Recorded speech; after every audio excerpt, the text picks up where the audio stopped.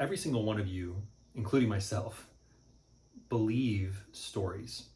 Stories about ourselves, stories about our situation, stories about our opportunities, stories of what we're capable of, stories of what we can or cannot do in the marketplace, stories of what we can or cannot become.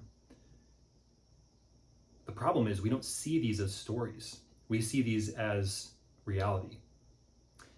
And once you realize that everything that you see in your world, everything you believe, for the most part, is simply a story that you're telling yourself, it changes the game.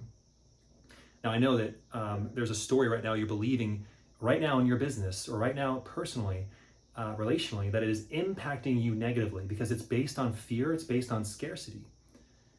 Now, you would say, Jason, but it's not a story, it's really the way it is.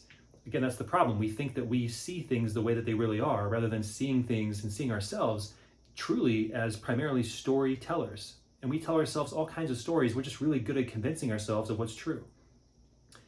The reality is there is always an alternative story to the story you're currently believing that's true that could be just as equally, if not even more true, than the story you're currently believing. At the end of the day, we have two choices. You can be right and defend your story and the stories you're telling yourself right now about why you can't do something or why this isn't possible or why this, why that, about your situation. You can be right about those things, or you can be successful. It's your choice. Choose what story you're going to believe. The one that's empowering or the one that leaves you defeated.